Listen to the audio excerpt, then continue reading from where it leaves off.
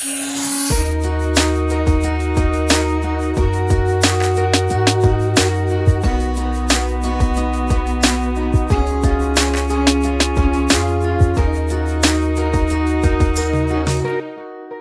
दोस्तों, welcome to चालाकी read between the lines. चलिए अब नेक्स्ट टॉपिक पे आते हैं। जीएसटी को जुलाई 2017 में लागू कर दिया गया और मार्च 2017 में डिमोनेटाइजेशन कंप्लीट कर दिया गया। अब आप सोचते होंगे कि ये गवर्नमेंट ने जो डिसीजन लिया वो सही था या गलत। 500 और 1000 की नोटों को डिसकंटिन्यू कर दिया गया और नई 500 और 2000 की नोटों को इंट्रोड्यूस कर दिया गया। इससे हमें क्या फर्क पड़ा? क्या हमें कुछ फर्क पड़ा?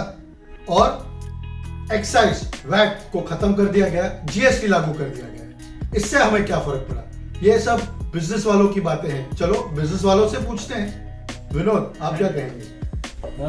डीमोनेटाइजेशन की तो कोई जरूरत नहीं थी। एज इट इज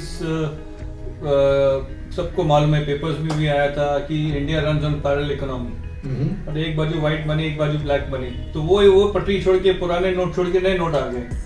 उसके अलावा और कुछ नहीं हुआ। Whereas GST is concern, तो जो दिक्कतें आती थी एक्साइज एंड वैट में for companies and all, it is become very easy for them. उनके लिए तो एक हाईवे बन गया कि एक ही टैक्स रिटर्न फाइल करना। तो it's a good initiative basically, I would say. आप क्या कहेंगे? डिमोनेटाइजेशन जो हुआ, basically it was a political decision. Definitely आप ये मानते? उस समय यूपी का इलेक्शन था, काफी इलेक्शन आगे आने थे, तो बीजेपी ने बहुत सोच समझ के ये प्लानिंग की थी उसके लिए। मुझे ऐसा लगता है, पर्सनल मेरा व्यू ऐसा है। और डिमोनेटाइजेशन नुकसान बिजनेसमैन को ज्यादा किया और जो गरीब आदमी उनको ज्यादा नुकसान किया, कि उनकी जो सेविंग थी वो सब खत्म कर देगा उन्होंने। लोग लाइन में खड़े होकर 500-2000 रुपए लेके आते थे बैंकों से, 2-2 दिन 4-4 दिन तक लोगों को पैसे नहीं मिलते। वो उसके साइड इफेक्ट अब तक लोगों को इफेक्ट कर रहे हैं। और जहां तक जीएसटी का मामला है, जीएसटी गवर्नमेंट की टोटल फेलियर। क्योंकि आप देखेंगे हर स्टेट में आज भी विदाउट जीएसटी के माल मिलता है, माल बिकता भी है। और जीएसटी की चोरी आप पेपर में रोज देखेंगे तो रोज चोरी होने गई। कोई 500 करोड़, कोई 200 करोड़, कोई 700 करोड़ की चोरी हो रही है। तो GST is total failure of the government. Okay. एक ये भी गवर्नमेंट की थिंकिंग थी कि एक तो वो काला पैसा बंद करने की कोशिश कर रहे थे। Lot of fake currency from Nepal, Pakistan. उन्होंने ये चाहा कि ये 500 और 1000 रुपए की नोटों को खत्म कर देंगे तो वो खत्म हो जाएंगे। That was one point. Second point ये है कि very small percentage of population pays taxes for a very large percentage of population. ये तो आप जानते ही। और गवर्नमेंट जीएसटी लाकर ये प्रूव करना चाहती है कि आपको टैक्सेस भरने में कोई दिक्कत नहीं होगी। From the smallest person who's doing business on the shop in any town, village, to the people who are running big corporations, all of them will come under the GST umbrella. इससे क्या होगा? इससे वो जो दिक्कतें हैं taxes भरने की, ये टैक्स करप्शन, ये सब खत्म करने की कोशिश या अटेम्प्ट किया गया है। क्या आपको ये नहीं लगता है जीएसटी लाकर गवर्नमेंट ने पूरी इकोनॉमी को फिर से फ्यूल डाल दिया है? नहीं, मुझे नहीं लगता सर। गवर्नमेंट ने जो जीएसटी लाई है वो बेसिकली बड़े लोगों को बेनिफिट मिलने के लिए। आज आपको सबको एक जैसा पैरेलल बना दिया। आज आप छोटा जो दुकानदार है, आज वो एक माल बेचता है, जीएसटी लेके माल बेचता है। बड़ी कंपनी में वही कर रही है। अब उसके छोटे आदमी के लिए उसको रिटर्न हर महीने भरना है, एक उसको अकाउंटेंट रखना पड़ेगा उसके लिए। वो कहाँ से अफोर्ड करेगा? आज उसकी इनकम 10-15% की है, उसमें एक अकाउंटेंट रखेगा, उसको रिटर्न फाइल करेगा, एक कंप्यूटर लेगा, उसका बिलिंग हाथ से तो बना नहीं सकता जीएसटी का बिलिंग, तो उसको बिलिंग कंप्यूटर से बनाना पड़ेगा।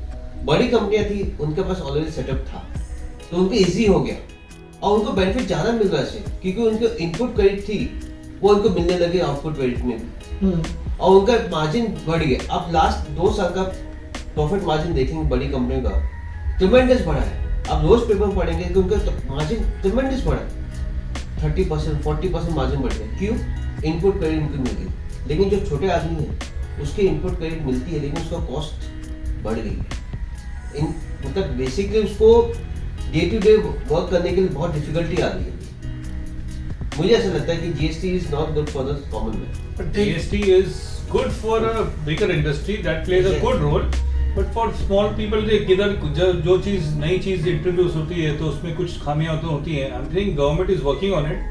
बट जहाँ तक है GST, I would always say कि GST one tax one nation ऐसा होना चाहिए था. बट हर स्टेट में आपको अलग एक जीएसटी, अगर आप एक स्टेट से जीएसटी लेते हो, आपको दूसरे स्टेट पे काम करना है, आपको दूसरी स्टेट का कैजुअल जीएसटी लेना पड़ता, वो जनरेट नहीं होता. आई थिंक एक वन जीएसटी होना चाहिए था. This is all because of the states, because of the government, different government and different states, वो हिसाब से है. बट एक जीएसटी हो तो बेटर ही है, तो सबके लिए अच्छा हो जाता. डिमोनेटाइजेशन के क्या हुआ?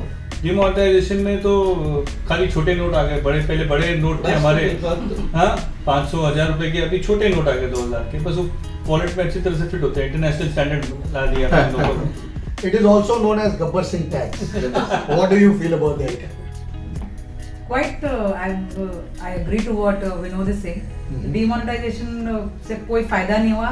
Black money is again in the market and it came in very quickly. I could see it in 3 months only. We were royally shopping with the new notes and they had bundles and bundles of it. So I think demonetization absolutely, it didn't stop the black market money anywhere. It started flowing with new notes. So even my black money came out. अरे अगर कोई IT department वाला देख रहा हो तो मैं इनका एड्रेस देने को तैयार हूँ. आपको कट मिल जाएगा. तो ये सच बात है कि काफी, जैसे बता रही है, शॉपिंग करने के लिए 2-2 हजार के नोट बाहर आ गए. हाँ पहले 1000 के थे, आते थे, 2000 के आ रहे. क्या बात है. मेरी सारी सेविंग्स बाहर आ गई. क्या करती, बताना ही पड़ा मुझे कि ये सब कुछ है, अभी से ले लो और एक्सचेंज में नए नोट दे देना. ये बहुत एक बड़ी अच्छी बात बताई.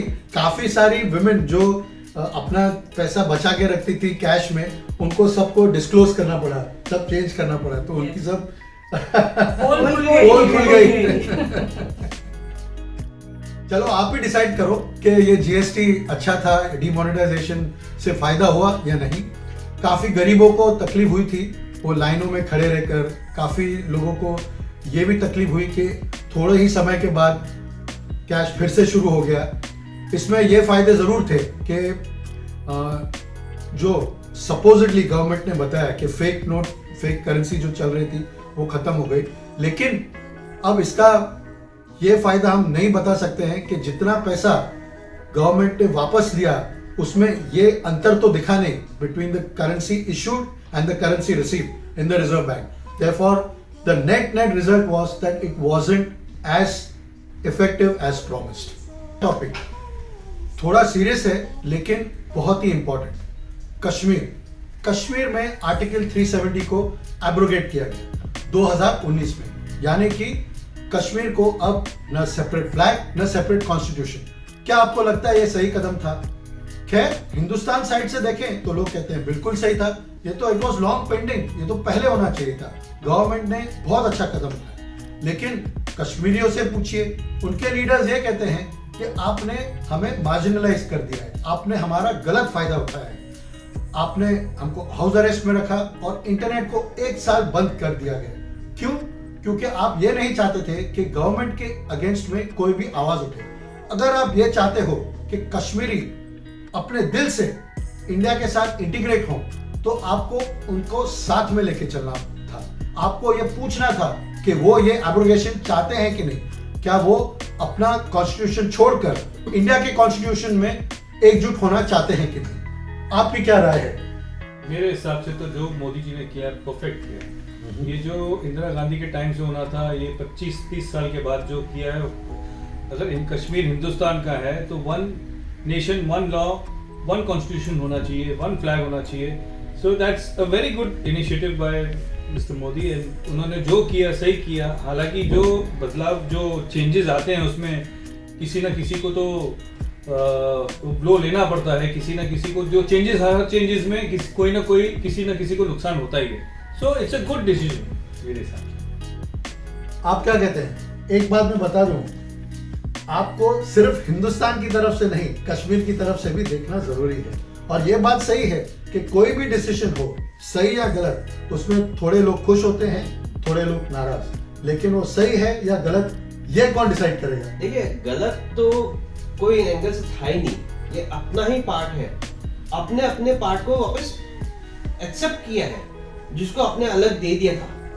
आपने इसको एक्सेप्ट किया ऑफिस, ये आप ही का ही पार्ट है, आप ये क्यों भूल जाते हैं? आप अलग फ्लैग कैसे रख सकते किसी का? आपके एक भाई को आप बोलो कि ये फ्लैग रखे, दूसरे भाई को बोलो ये फ्लैग रखे, तो मुझे नहीं मानता। जो काम बीजेपी या आरएसएस बोले वो उन्होंने बहुत अच्छा काम किया, इस बात को मैं मानता हूँ। रही बात अपने कश्मीरियों की, कोई कश्मीरी या कोई आदमी नहीं चाहता कि उसका बेटा पत्थर मारे, कोई नहीं चाहता कि वो पाकिस्तान में जाके टेररिस्ट बने, कोई नहीं चाहेगा कि भाई उसको अनएम्प्लॉयमेंट बने रहे। आज 2019 के बाद में 35 5 स्टार होटल बनने वाले हैं कश्मीर में, which is the remarkable decision by the government. आज आप लैंड ले सकते हैं। आज मुझे जाके कश्मीर में एक होटल खोलना है तो मैं आज मेरे पास परमिशन है गवर्नमेंट।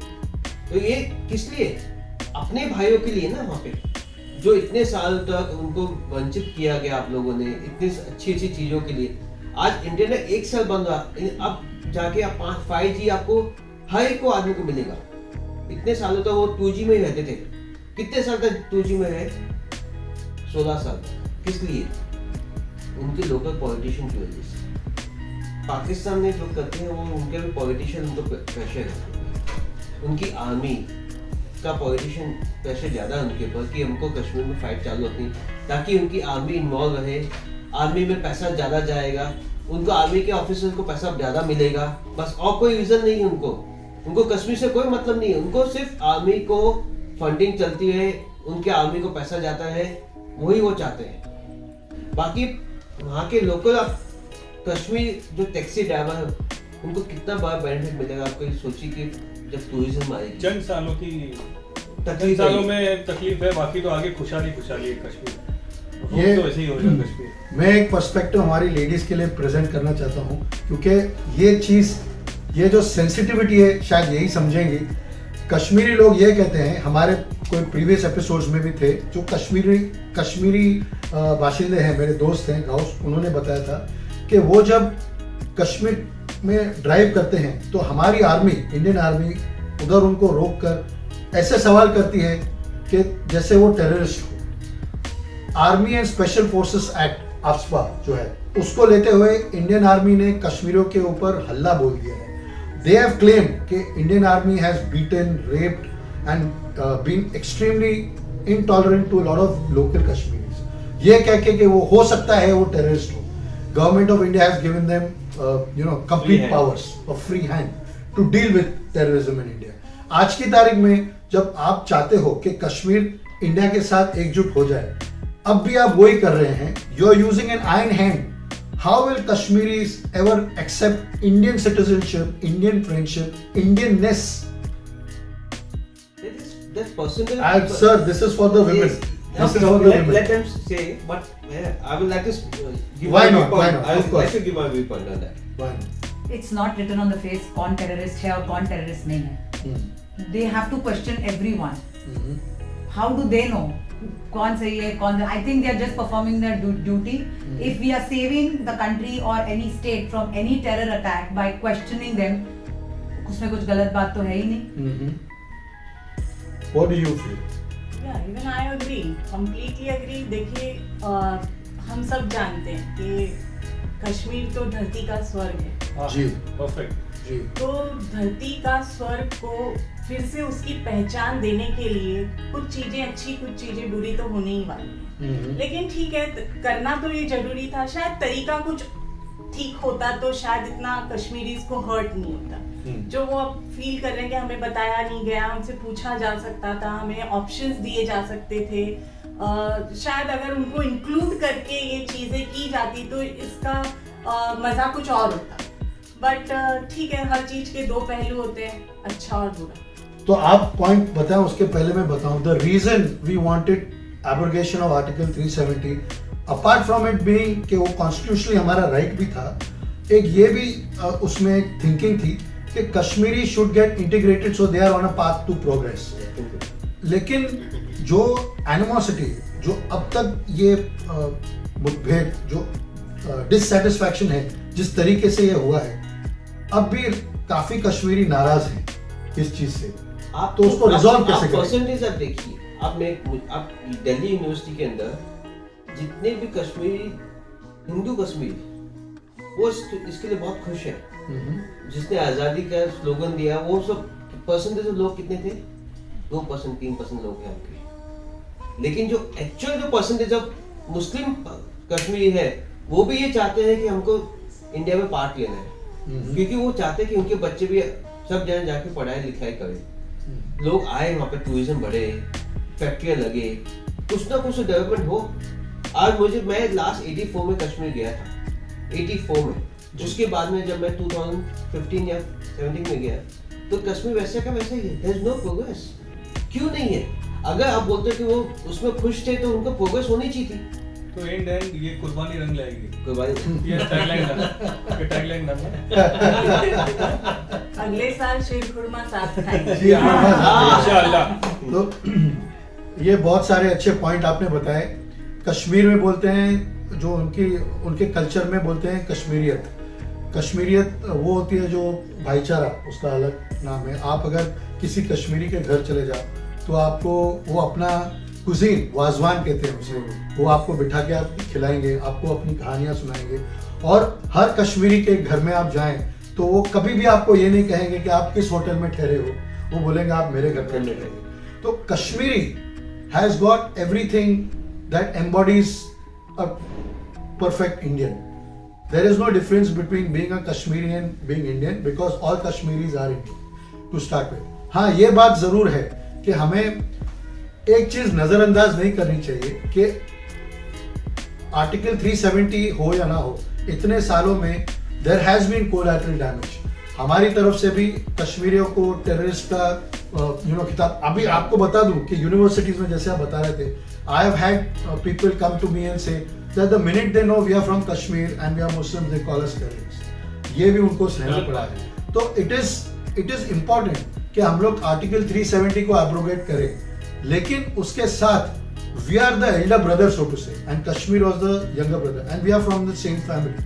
अब उनके जो दिल में जो नाराजगी है उसको हम रिस्पेक्ट करें, अप्रिशिएट करें, एक्नॉलेज करें, उसको डिसमिस नहीं करें। और अगर कश्मीरियों को ये लगता है कि उनको अगर कॉन्स्टिट्यूशन को एक्सेप्ट करना है, इंडियननेस को एक्सेप्ट करना है, तो we don't have to just build economic assets, we have to build assets which are from the heart. It is important. इस क्वेश्चन का आंसर या उसका सोल्यूशन मेरे दिमाग में ये आता है कि आप प्रोग्रेस लाइए, लेकिन कल्चरली उनको प्यार से भी अपनी तरफ लाइए, उनको ले आइए, उनको वो विश्वास दिलाइए कि वो अलग नहीं, वो हमारे साथ है। ये चीजें भी development of creating the entire culture of trust, of appreciation, of love is as important as economics. I think that will be a good way to go forward. I really appreciate and respect what our guests have said. आपको देखते हुए ये लगता होगा कि यार इतना सब तो मैंने कभी सोचा भी नहीं था, लेकिन सिर्फ कश्मीरी नहीं, जीएसटी हो, जो टॉपिक्स हमने डिस्कस किए, आपका थोड़ा दिमाग तो जरूर खुला होगा. तो आप अपने दिमाग में भी इंडिया की रिपोर्ट कार्ड जरूर बनाते रहना. फिर मिलेंगे अगले हफ्ते.